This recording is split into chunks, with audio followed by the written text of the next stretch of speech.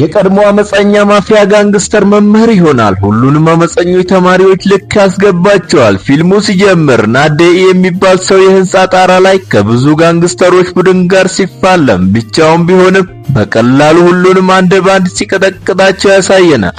ምክንያቱም እርሱም አደገኛ ማፊያና ኃይለኛ ጋንግስተር ነው የነበረ ሰው ሲሆን፣ በሌላ ትዕይንት አሁን ደግሞ ዴኢ ከ7 ዓመት በኋላ ጋንግስተርነቱን ትቶ ከወንብድና ዓለም ወጥቶ ትምህርት ጀምሮ መምህር ይሆናል። ከተመረቀ በኋላም ስራ ስላላገኘ አስፈሪና ከዚህም በፊት ሰው ውስጡ የሞተ ቤት ውስጥ በርካሽ ተከራይቶ ይገባል። ምክንያቱም ሰውየው ፍርሃት የሚባል ነገር አልፈጠረበትም። ከዛም የተሻለ ደሞዝ የሚያስገኝ ስራ እስኪያገኝ ድረስ በዛው ቤት ለመቆየት ሲወስን፣ በሌላ ትዕይንት ደግሞ የሁለተኛ ደረጃ ተማሪዎች መምህራቸውን ሲያንገላቱና ሲያንቋሽሹት ያሳየናል። መምህራቸው ፓርክ የካንጎ ሁለተኛ ደረጃ ትምህርት ቤት የጂም መምህር ሲሆን፣ ፓርክ አሁን የተማሪዎቹን ትንኮሳ ስላልቻለ ስራውን ለማቆም ይወስናል። ርዕሰ መምህሩም ልጆቹ ስለሚፈሩ በልጆቹ ላይ እርምጃ እንደመውሰድ ለነገሩ ያህል በመልእክት መልክ ብቻ መምህር የሚነካ ተማሪ ይባረራል በማለት ሁልጊዜም ቢሉ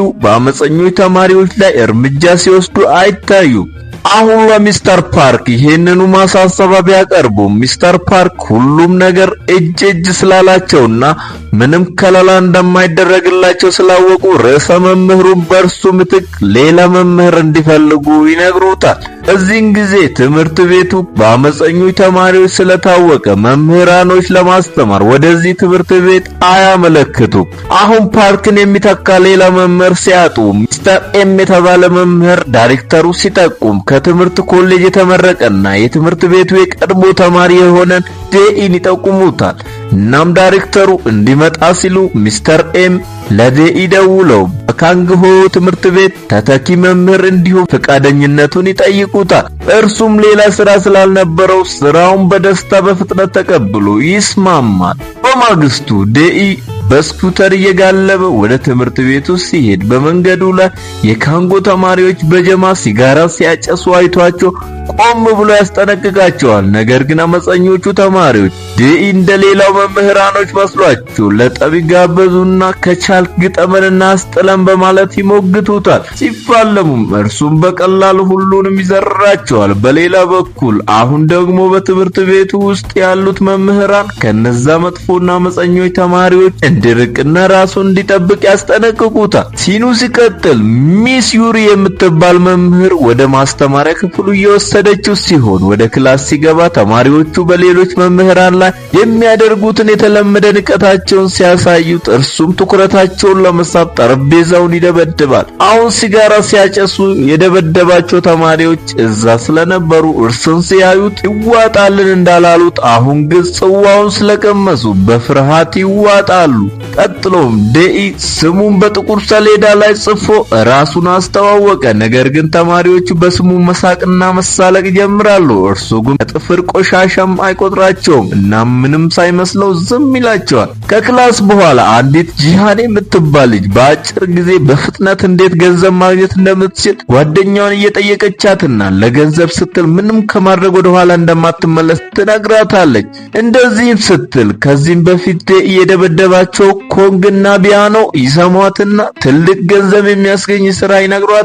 ከዛም ዴኢን ከእርሷ ጋር አብሮ ለማጥቃት ሴራ ያሴራሉ። ቀጥለውም በአንድ ነገር እንድትስማማ አድርገው ብዙ ገንዘብ እንደሚሰጧት ይነግሯታል። ጂሃንም ጓደኞቿ እነሱን አምነሽ ስምምነቱን አታድርጊ ብለው ቢያስጠነቅቋትም እርሷ ግን ነገሩን ምንም ቆም ብላ ሳታስብ ትስማማለች። ትዕይንቱ ሲቀጥል ዴኢ በስኩተር ወደ ቤቱ እየጋለበ ሲሄድ ጂሃን ለወጥመድ በመንገዱ ላይ ስለነበረች በድንገት ይገጫታል። እርሷም ከባድ አደጋ የደረሰባት በማስመሰል ስሩ ትወድቃለች። እርሱም እርሷን ለመርዳት አጎንብሶ ደፋ ቀና እያለ ሲጣጣር ኮንግና ቢያኖ ከተደበቁበት ወጥተው ዴኢን በስልካቸው ሲቀርጹት ያሳየናል። እነርሱም ሴት ልጅ ላይ ጾታዊ ትንኮሳ ስታደርስ ያዝንክ በማለት የውሸት ውንጀላ ወንጅለውት እርሱን ለማጥመድ ሙከራ ያደርጋሉ። ከዛን ግን ናምሆን የተባለ ሌላ ተማሪ በብስክሌት ደርሶ የኮንግን ሞባይል ነጥቆ ቪዲዮውን ያጠፋል። ናምሆን ማለት የራሱን ጀግንነት በማሳየቱ የተነሳ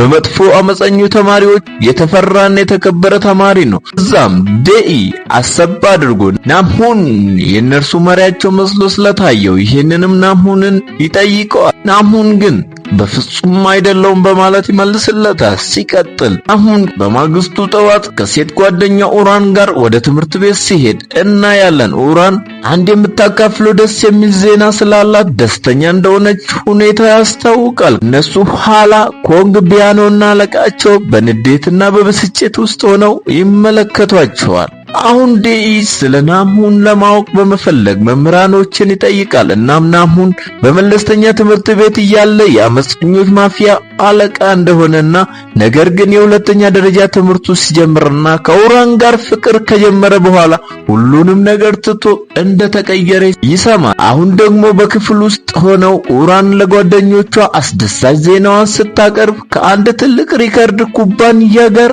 በሞዴልነት ስራ ውል መፈራረሟንና በቅርቡ ስራዋን እንደምትጀምር ለሁሉም ተማሪዎች ትነግራቸዋለች። ሁሉም ሰምተው ደስታቸውን ሲገልጹ፣ ነገር ግን ዲንና የሱ ወንበዴዎች ቡድኖች ግን እያሾፉባት አታደርጊውም እያሏት ሲሳለቁባት ያሳየናል። በዚህም ፍቅረኛዋ ናምሁን የትምህርት ቤቱን ሕግ ለማክበርና ምንም ጠብ ውስጥ ላለመግባት ለራሱ ቃል ስለገባ ፍቅረኛውን ሲያሾፉባት ቢናደድም በትዕግስት ያልፋቸዋል። በመጨረሻ ግን አንዱ የዲን ጋንግስተሮች አባል ኡራንን ገፍትሮ ሲጥል ናምሁን ትዕግስቱን መቆጣጠር አልቻለምና አሁን ወደ ጠቡ ሳይወድ በግድ ይገባል። ከዛም ደኢ ደርሶ ድብድቡን ያስቆማል። ሆኖም የትምህርት ቤቱ ዳይሬክተር ሰምቶ ናምሁን እንዲባረር ይወስናል።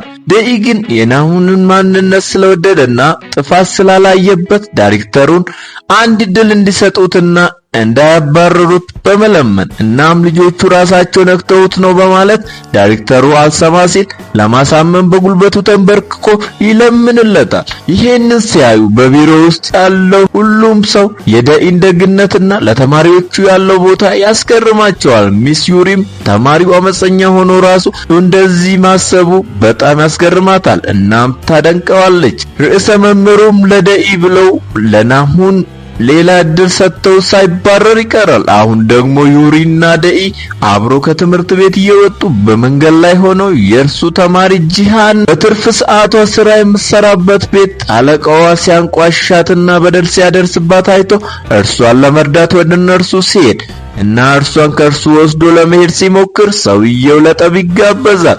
ደኢም እነ ዩሪ እያዩት እዛው ልኩን ያሳየዋል። በዚህን ጊዜ ሚስ ዩሪንን ያስደንቃታል። ትዕይንቱ ሲቀጥል ዲን ከራሱ ጋንግስተሮች ጋር ሆኖና ቾይም ከራሱ ጋንግስተሮች ቡድን ጋር ሆኖ ከዋና አለቃቸው ጋር ሲገናኙ እናያለን። ቾይና ዲን የትምህርት ቤቱ ሁለት የወንበዴዎች ቡድኖች ሲሆኑ ዋናው አለቃቸው ደግሞ በአንድ ትምህርት ቤት ውስጥ ሁለት አለቃ ስለማያስፈልግ ተፋልሞ ያሸነፈ ሹመቱን እንዲያገኝና ኃላፊነቱ እንዲከበር በማለት ያሳውቃቸዋል። አሁን ቾ የዲንን ቡድን ለማሸነፍ ናምሁን ከእርሱ ጋር እንዲሆን ወደ ድብድቡ ይጋብዘዋል። ነገር ግን ናምሁን ካሁን በኋላ በእንደዚህ አይነት ወሮ በላ ስራ እንደማይሳተፍ ይነግረዋል። በሌላ በኩል ደኢም ከድሮ ጓደኛ ተደውሎለት ከጋንግስተሮች ጋር ለድብድብ ሲጋብዘው እርሱም እንደማይፈልግና ካሁን በኋላ ትኩረቱን በመምህርነት ስራው ላይ ብቻ ለማድረግ እንደወሰነ ይነግረዋል። እናም የናምሁንና የደኢ አቋም አንድ ይሆናል። አሁን ደግሞ ስሙ ሚስተር ሊ የሚባል መምህርና በደኢና በዩሪ ግንኙነት የሚቀናና ዩሪን የሚወዳት ሰው በቢሮ ውስጥ ለተሰበሰቡት መምህራኖች የደኢን የድሮ ማንነት ነግሯቸው አሁንም እሱ እዚህ ትምህርት ቤት ውስጥ ጋንግስተሮች ማደራጀት እንደሚፈልግና ናምሁን ራሱ ከትምህርት ቤት እንዳይባረር ያደረገው አብሮ ሆኖ ለማመጽ ነው በማለት ሁሉም ወዳጆቹንና የትምህርት ቤቱን መምህራን ዩሪንም ጨምሮ እንዲርቁት ያደርጋል። እናም ሁሉም ጀርባውን ያዞርበታል። በሌላ በኩል ቾይ ናምሁንን ወደ ቡድኑ ለመቀላቀል ተስፋ ባለመቁረጡ ለማስገደድ በፍቅረኛው በኩል ይመጣበታል። እርሱም ድሮ ሲጋራ ከነርሱ ጋር ሆና ስታጨስ የተነሱት ፎቶ በመበተን ከስራዋ እንድትባረር አደርጋለሁ በማለት አስፈራርቶት በግድ ወደ ቡድኑ ይቀላቀላል። ፊልሙ ሲቀጥል ደግሞ የደኢ አባት ልጁ አስተማሪ ቢሆንም አሁንም ድረስ በጠብ ውስጥ እንዳለ ባሉባልታ ወሬ ከሰማ በኋላ እርሱ ጋር መጥቶ በሱ በጣም ይበሳጭበታል። ነገር ግን ደኢ በተማሪዋ በተማሪዎች መካከል ያለውን አለመግባባቶች ለማስወገድ እየሞከረ እንደሆነና ነገር ግን እርሱ እየተፋለመ እንዳልሆነና ተማሪዎቹን እንዳይደባደቡ ለመርዳት ብቻ እየሞከረ እንደሆነ ያስረዳዋል። ቀጥሎም የተማሪዎች ቡድን መሪ ማን እንደሚሆን ለመወሰን በዲንና በቾይ ቡድን መካከል የሚካሄደው የፊልሚያ ቀን ይደርሳል። እነርሱም ማንም እንዳይሰማና እንዳይደርስባቸው በማሰብ ለፊልሚያቸው ድብቅና ጸጥ ያለ ቦታን ይመርጣሉ። የዲን የወንበዴዎች ቡድን ናምሁንን ቾይ ቡድን ጋር ማየታቸው በጣም ተገረሙ። ምክንያቱም እርሱ ሁልጊዜም ከእንግዲህ መፋለም እንደማይፈልግና በትምህርቱ ላይ ብቻ ማተኮር እንደሚፈልግ ሲናገር ሰምተው ነበርና። ይህ በእንዲህ እንዳለ መምህራኑ ስለጸባቸው ይሰሙ ለቦታው በሩጫ ይደርሳሉ። በድብድቡ መሃል ድንገት ደኢ ብቅ አለና ተማሪዎቹ ጸቡን እንዲያቆሙት ቢጠይቃቸው ማንም ሊሰማው አልቻለም።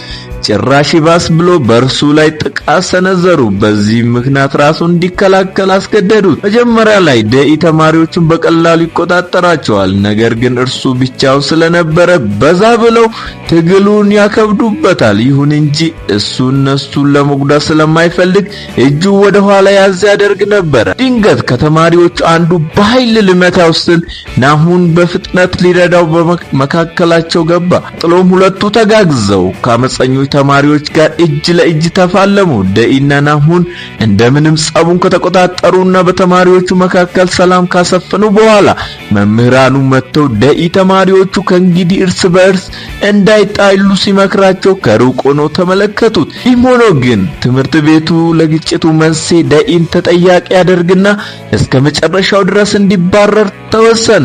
ደኢ መባረሩን ሲያውቁ ናሁንና አሁን ላይ እንደ መምህራቸው ተቀብለው የሚያከብሩ ተማሪዎቹ መምህራቸው በመባረሩ በጣም ያዝናሉ። ቀጥሎም ትምህርት ቤቱን ለቆ ሲወጣ ሁሉም ተማሪ በተሰበረ ልብ ለመሰናበት ከኋላው ሲወጡ እናያለን። በኋላ ደኢ አባቱን ለማግኘት ይጣደፋል። በዚህም ጊዜ አባቱ እሱ ስራ ባይኖረውም ተማሪዎቹን እንዳይጣሉ በማድረግ ፍቅር በማስተማሩ እንደሚኮራበት ይነግረውና አባትና ልጅ በፍቅር አብሮ ሲላፉ እናያለን። ከዛም ደኢ ከአባቱ ጋር ሆኖ በግል መሬታቸው ላይ የሚገነባውን አዲስ የትምህርት ቤት ግንባታ ለማስጀመር ሲሄድ በማሳየት ላይ እያለ የዛሬው ፊልማችን በዚህ ያበቃል። እስከ መጨረሻው ድረስ አይተው እዚህ ስለደረሱ አመሰግናለሁ። እናም ቤተሰቦች ፊልሙን ከወደዳችሁት ላይክ በማድረግና ቻናሉን ሰብስክራይብ አድርገው ቤተሰብ ይሁኑ። በሌላ የፊልም ዳሰሳ እስከምንገናኝ መልካም ጊዜ፣ ቸር ቆዩ።